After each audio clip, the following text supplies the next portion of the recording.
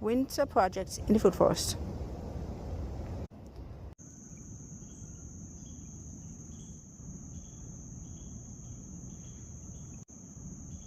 Today I'm going to show you a few of the projects we're working on here in food forest.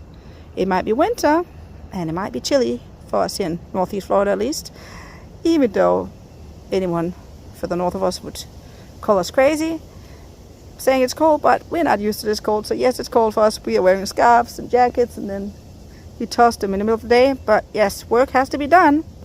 And today I'm going to show you some of the projects we're working on. It is January.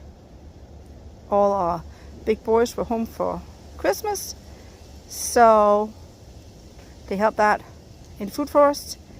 And one of the things they've been doing is clearing around these palmettos so that I can come in and cut them up, because this is a half banana circle where they just finished digging up all the palmetto that used to be here, and now we can plant the rest of the banana.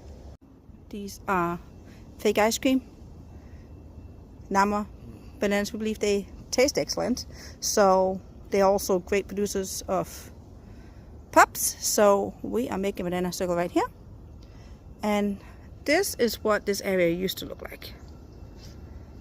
And so we just dig up one palmetto at a time. Our big boys cleared this after we cut down the palmetto leaves. I'll show you what we're doing with those afterwards. And then they clean up around the palmettos, the palmetto roots, so that I could come in and use the battery powered chainsaw and cut it up, and then we move it over where we're gonna make room for more banana circles, and I'll show you that in a second. So you can see the roots of the palmetto are down here below. We have a whole video. Our oldest son did a whole video on how to remove palmettos, because if you want to remove palmettos, you need to get the entire thing up, every single root, otherwise they'll just come right back. So here you can see the roots go all along the palmettos at the bottom, but this is the end of the palmetto right here. So I just cut up this piece, and then I'll have to come in and dig this section up, but this is the end, so there's no more after that. So after we cut down, we gotta cut down and dig up below the roots and then pull it up. So let me go show you what we do with all the leaves that we pull down, and also these palmetto trunks and the roots, so that we can create more room to grow. When we first pull up the roots, we let them dry for a little bit before we cover them up so they don't grow dry back. Here you can see an area that we still have room to work on, but for now these palmettos will help shield the new lemongrass and these tiny salad trees in case we do get a freeze. But all of this used to be palmettos,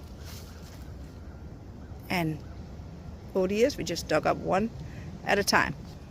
We've got potatoes in this bed. This one is not quite ready yet, and then we have more palmettos to take down before we get into this area where we've taken down all of the palmettos. And these beds used to be all palmettos. We started planting a few things in this bed. This one I need to get ready for spring. But let's go see what we do with the palmetto trunks and the palmetto leaves. This is one of our last areas to work on here in the food forest. I have just started cutting down the leaves in this section because we want more room to grow, and it's the only way, one palmetto at a time. But this section sometimes lasts a little bit, and this is where we're just filling the entire section up with the palmetto roots, with whatever tree branches we have, and then we cover up with leaves, palmetto leaves. And then this is going to become another banana circle. You can see this bird of paradise It has been in the ground maybe 2 years, and it is kind of my measurement for what the plants can handle. We did the same thing, palmettos down all around it, and then leaves, some dirt, and it's doing fine. It's winter, so it looks sad now, but it's doing fine. But this is the section we're working on, putting in leaves, and then we gotta put some wood chips in, more leaves, and make it ready for banana circle in the spring. We have a bunch of ice cream bananas in pots at home that we're planning on putting right here. Can't wait.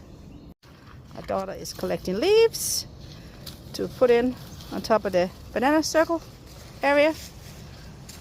Amazing. Nature is providing us with so many leaves covering the ground. Perfect to make new soil. And that's what we're doing.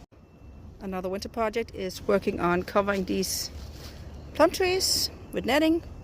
We are hoping to create some sort of fruit cage, but we'll see. Maybe I just have to end up tossing over a netting. Birds have already started biting into these tiny plums, so I might just throw a net over it if we don't get to that fruit cage anytime soon. And then, of course, we have lots of propagation projects going here. We got figs, blueberries. Check out our fig video. We actually propagate lots of figs in water. Have 9 more plants. Can't beat that. This is one of our latest propagation project. The ever-bearing mulberries. Look how many we have. I think we have like 20 something. We've been giving a few away. They're still in one pot just because we don't have enough space or enough pots. So, but these are all ever-bearing mulberries. They're beginning to get new leaves. One thing that we've done here in the winter season is we have created a fig growing area. We have so many new fig plants that we decided they deserve their own area, but we might have to expand it because now we got 9 more coming. The figs are more or less dormant at this time of the year. We have white figs, Celeste figs, Chicago Hardy, Black Mission, I believe. We have also been doing a lot of seeding. We have little seeds growing in the big apple and pear tree pots. In the avocado pots, we've added some garlic, lots of garlic chives, and chives have been seeded. Anything in the onion family is supposed to be a great companion plant for avocados. And this is prime growing space. Why let it waste? If we don't plant something, nature will plant something. Another project we have is propagation just in ground.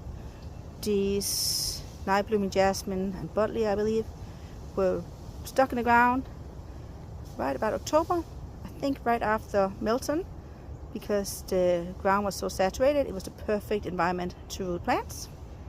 Look at this, they're still going. Come spring, we'll have lots of new plants. We are also doing a lot of stem layering. It's easy to do. Fall and winter is the perfect time to get it done.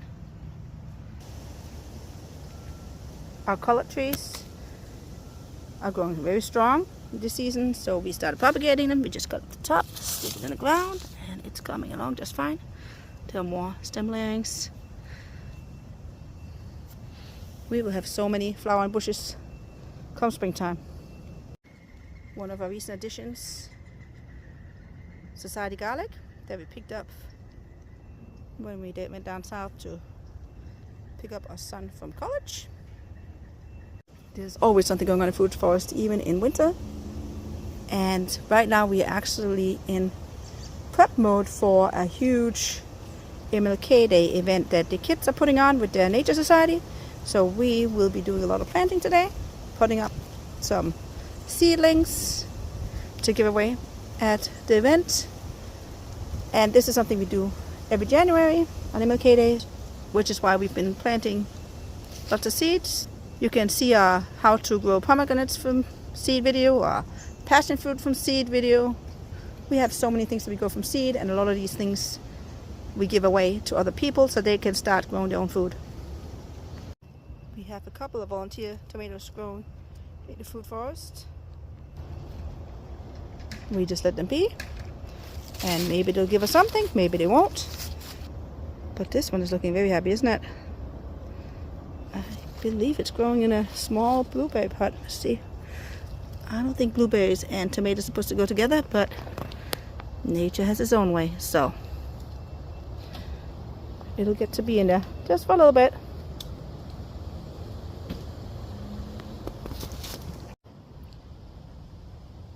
This is a sign that spring is near. Tomato in bloom. Will they survive? Only time will tell.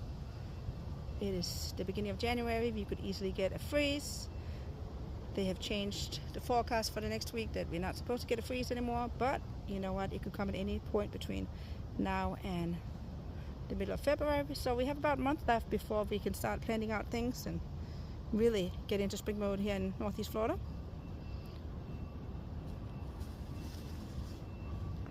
Here's another winter project.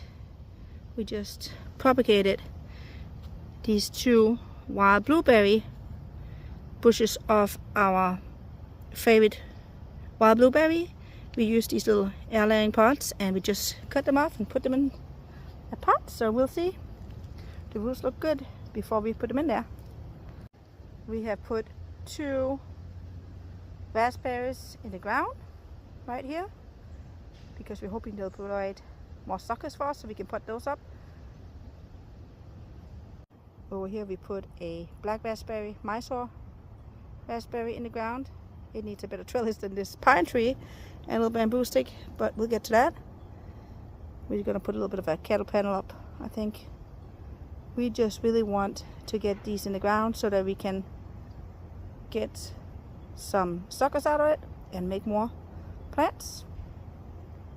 Another winter project, we have this little blackberry in the ground so that we can get more. We dug up all of the wild blackberries and put them somewhere else on the property, because we did have some that had just seeded themselves in the food forest and they kept on expanding, but we don't want them to mix with the commercial varieties. We put this in the ground again because we want to see if we can get some more suckers out of it that way. We have lots in pots and we're going to keep growing them that way until we find more acreage. Elderberry propagation is another big winter project. We cut down some of our favorite elderberries. That's also another way to rejuvenate the elderberries, by cutting them down. And see, we just stuck them in this pot, and we actually put these down when it was really moist, and it's been raining a little bit, so they're doing really well. We have about 5 pots of these cuttings. Hopefully one day we will have a whole field of elderberries. That is the goal. This is another one of our winter projects in the food forest. One of the neighbors threw out this broken gazebo, and when I saw it, I knew it would make a perfect grape trellis. So this area sometimes floods a little, so we've raised it a little bit, and then we've put down some palmetto trunks that has then raised it up even more. And so we're going to put 2 grapevines, one on these 2 western corners, and hopefully we'll be happy with these grapevines. We already had 2 that we actually removed from the prime growing spot and just put somewhere in the back of the garden because they have seeds in them, and apparently no one but me and our youngest son likes grapes with seeds. So we are now going to try on a couple of seedless varieties, and hopefully soon this will be covered with grapevines. While we are working on our winter project in the food forest, nature is doing its own work. This is nature's way of preventing weeds. Leaves everywhere. Covers all our beds. Adds leaves to banana circles. It is just amazing. So when we do plant seeds, we have to come in and clear just around the seedlings so they can get light and keep growing. Here you can see some seedlings popping up.